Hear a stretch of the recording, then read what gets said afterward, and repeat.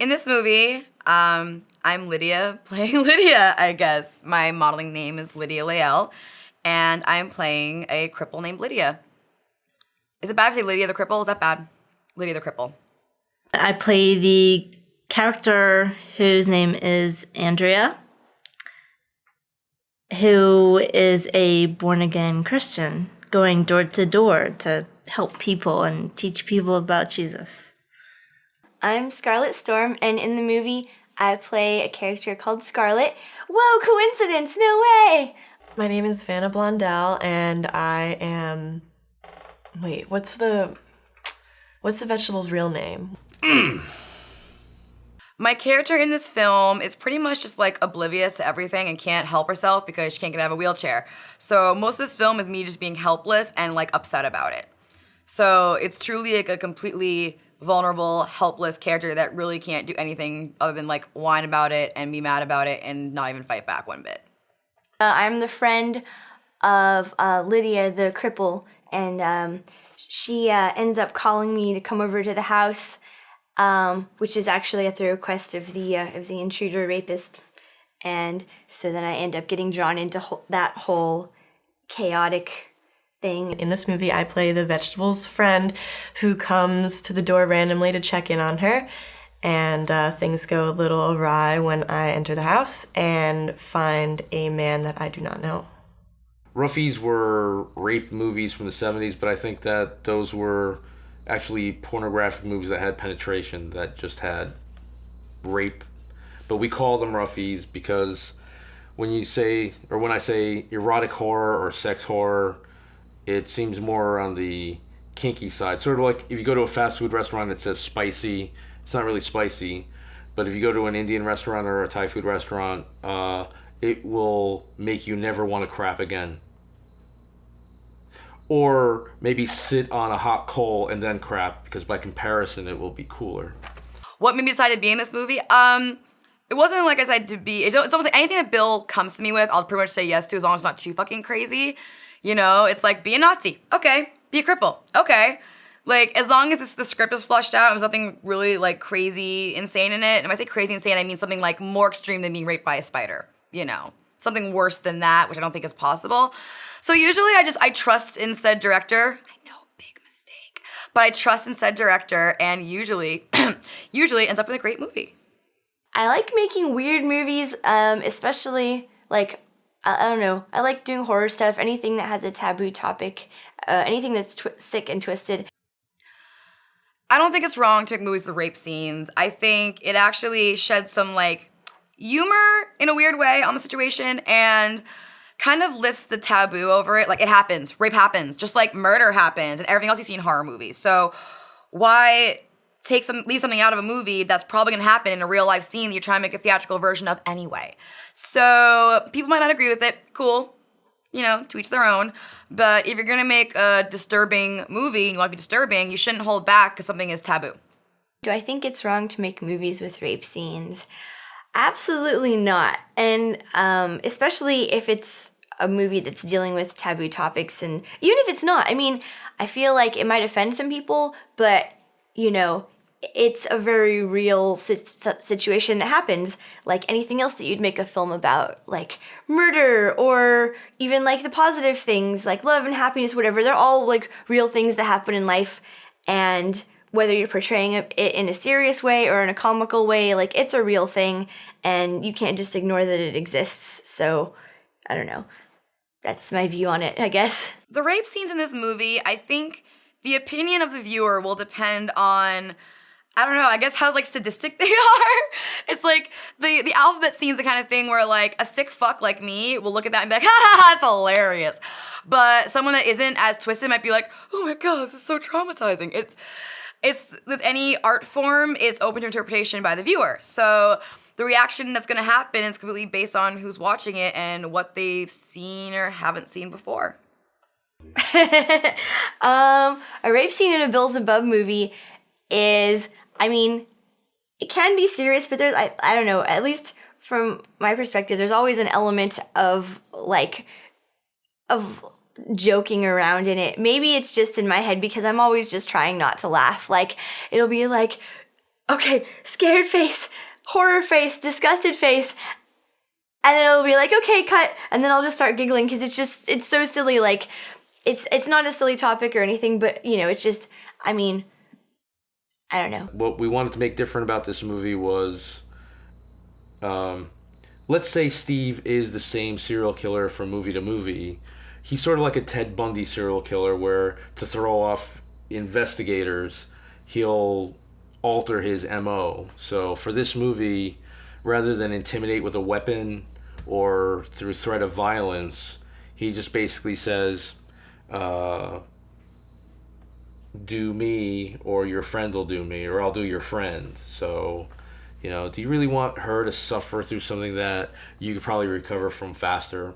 So that was the kind of thing. And then one of the things that Steve does is he's sort of like a cop in this movie where he'll say things and do things only to maintain control. So if he says jokes that aren't funny and things like that, it's only for him to continue calling the shots.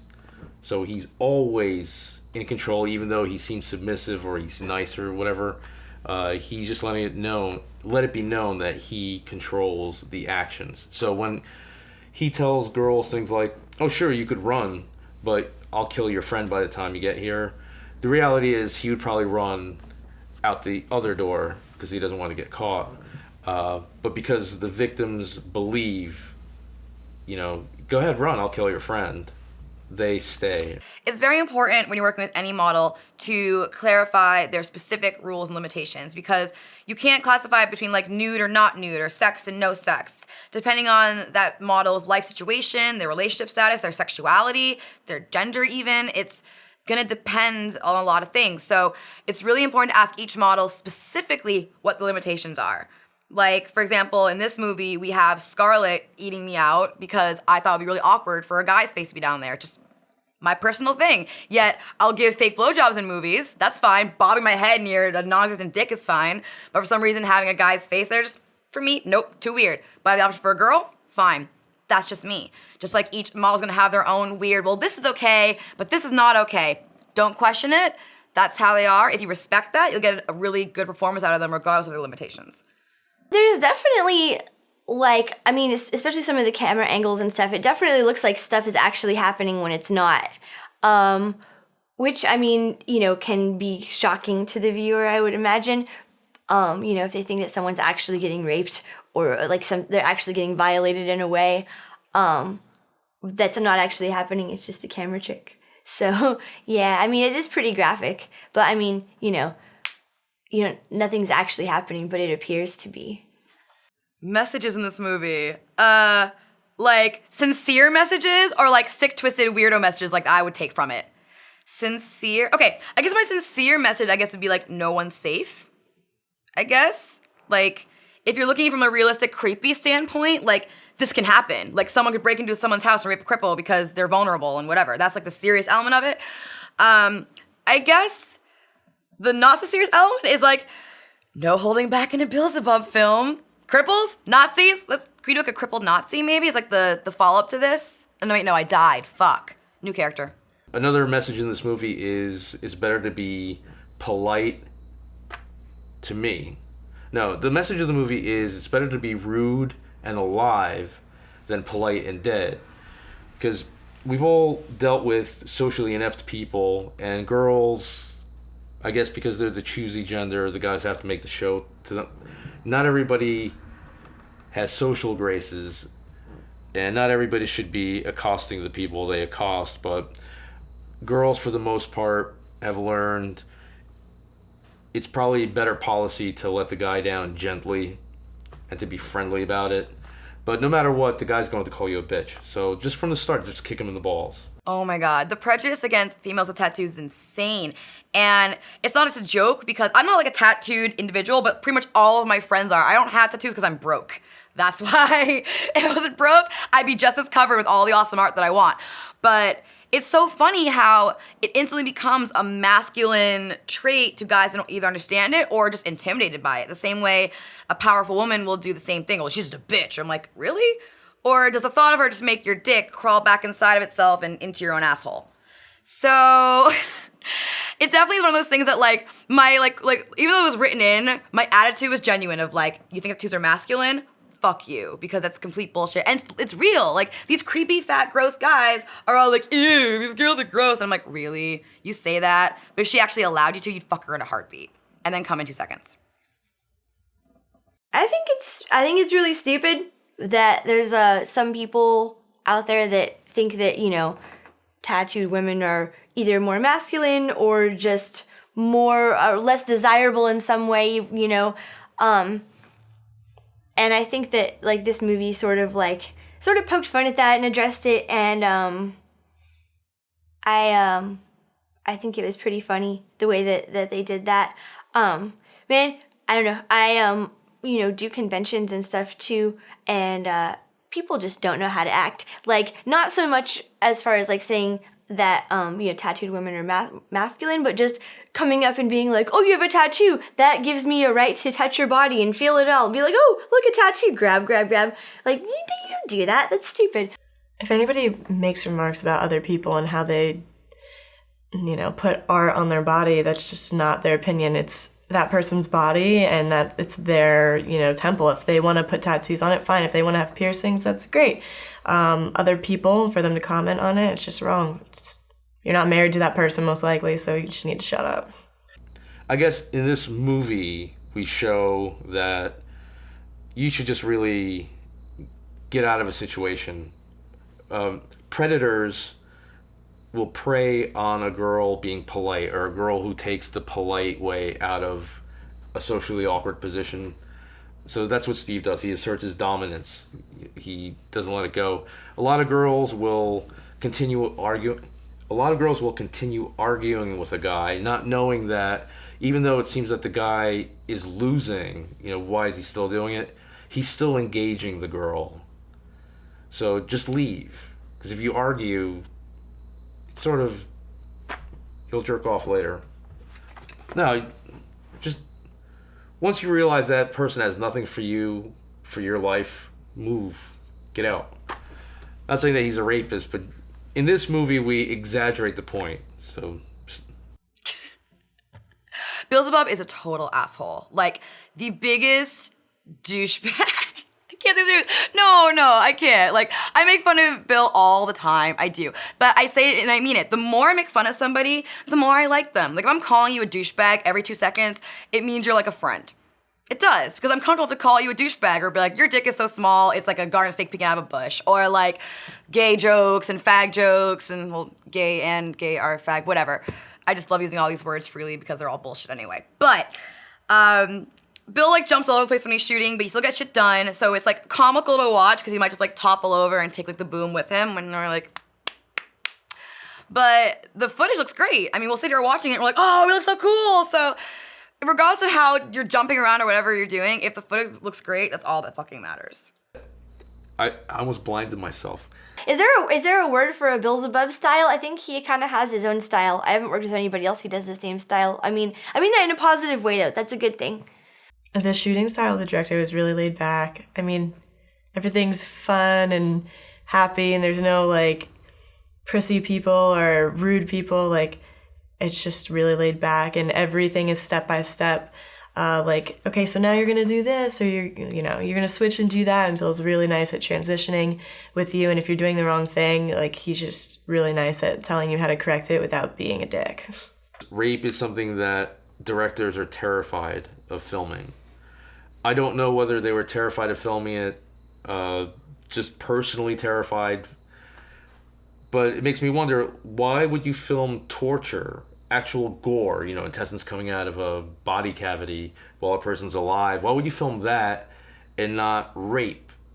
And then I know that it's a taboo thing, and from my earliest days, I could never make a beautiful movie. I could never make a movie that would compete or even interest someone who likes the Hollywood stuff. So why don't I provide something that Hollywood wouldn't? And actually, rape is something that even independent people don't want to do. You know, how many times are you going to watch a rape scene where the girl is completely clothed? That's some rock hard penis to penetrate underwear or whatever. Or, you know, watching other people try to attempt rape scenes. And if you're just going to beat around the bush, get it? Bush is another word. No, I'm imitating Steve. He would say something like this. His character would say something like this. But if you're afraid of the subject, don't even put it in the story, or have two characters allude to it in a dialogue. Like, oh, Martha got raped yesterday. Did you hear about that? Yeah, it's a good thing that the director didn't film it, because she would have had her clothes on and it would have just been terrible to watch. So we went the other extreme where we're filming something, I don't know if it's brutal, but it's uncomfortable to watch. I've always said that if any of the rape scenes in my movies were just a couple of moments per shot, they might actually be kinky. But because I don't take the camera away, it's hard to watch. There was actually a cop. I'm looking at the producer over there. There was a cop who watched disgruntled employee with other cops, and it was dead silence. And I thought either they love the movie or I'm just that good. But they said that they would never in their right minds watch a movie like that with other people in the room. It was very uncomfortable. But I really know that the silence was that they just weren't comfortable in their language skills. They just did not know how to compliment me for something like that. So there you have the answer about the rape thing. I have friends who are experts at gore. I know the guys in toe tag, and for me to even begin trying to make gore as a name for myself would be silly, because someone has already mastered that. And I don't want to say that I want to master the rape scene, but I'm doing something that people are afraid to do, or other people just are afraid to do it on this level. Okay. Various mistakes of my character are plenty. First of all, trust no one. If someone walks into your house and you don't know who they are, don't assume that they're there just to hang out. Scream, grab something. Like, my first instinct when I look around is, what's the closest object to me that can hurt somebody? Even the school bus, if I smash into someone's head hard enough, I can break their skull. If you're crippled from the waist down, you still have your hands, you still have your mind. So, and I would expect someone who was that vulnerable to actually be more on the defensive. If I ended up, knock on wood, becoming handicapped, I would not let that hinder me. In fact, I would probably try and strengthen everything else so that couldn't happen to me. So regardless of my legs being broken, I would have the upper body strength to literally crawl the fuck out of there and be like, fuck you, bye, leave me my legs. But like I said, in reality, people freeze up in those situations. You can't expect everyone to be that hot-headed and be like, no, fuck you, ah! They're not gonna do that. But a lot of times, they should. So I guess the lesson is never assume anyone's nice. Trust your instinct. If something feels off, it's probably off. Because that 1 second of doubt could second you actually end up like legit dead in like a real world crime situation. I probably would have run or fought back, stood up for myself more, not just been like, oh, okay, well, I guess you're gonna rape me now. Like, I definitely would have not just let it happen, no matter what he said or tried to, hold over my head. I would have done a few things differently if I was in this situation. I definitely wouldn't have sat down in the corner chair. I would have stayed standing the whole time that I was in the house, just because it's with a stranger that I don't know. And when I saw him sitting in my friend's wheelchair, that would have been a big clue to be nearer to the door. I also wouldn't have sat back down when I first stood up. When he's like, well, let me just explain it to you, because it seemed really shady at first. And I sure as hell wouldn't have sat down the second time when he banged his fists on the table and told me that I needed to. I would have tried to escape right then and there.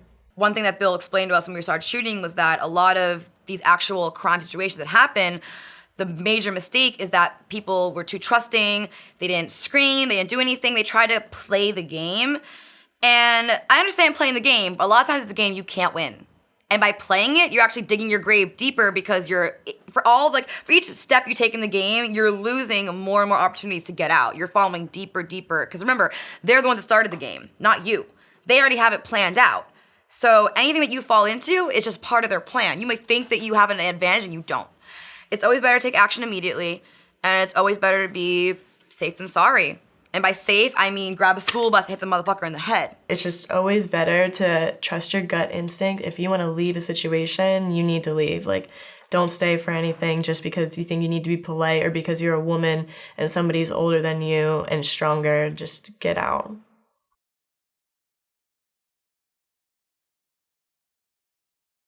Oh my guys, let me plug myself. I don't mean like sexually. Okay, in a nutshell, my name is Lydia Lael. You may also know me as Lydia Vengeance. When I'm not getting raped by strangers on film, I'm making latex clothing and costumes and cosplays and all kinds of really cool shit, actually. If you're curious about that, maybe check out vengeancedesigns.net, fashion with a vengeance, because... and yeah, anything else that I do currently can fall under that like Lydia Vengeance category. That's like the design persona, and like under my Lydia Lael persona, I've been doing this for years. I still do other modeling, so if you want to see my boobs all over the internet, my butt, doing weird things on the internet, like shaking and dropping and splitting and all that, Google away. Google Lydia Lael, and you're welcome. Ooh, oh, it's time to plug. Plug it in, plug it in.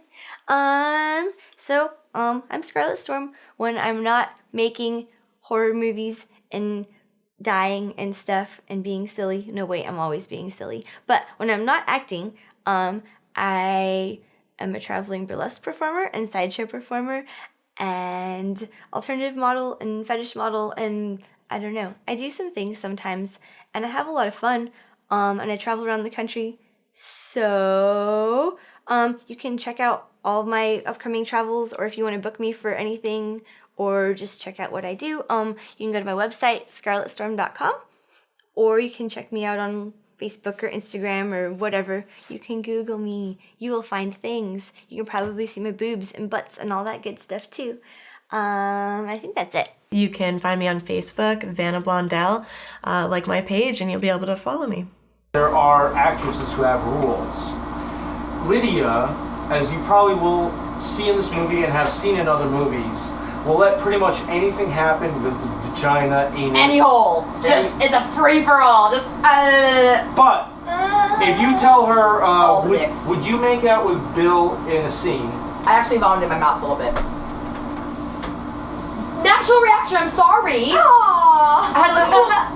I'd swallow it, of course, because I swallow. But aren't I mature, and instead of telling you that do it for art, I just say, alright, I won't write it into the movie. By mature, you mean...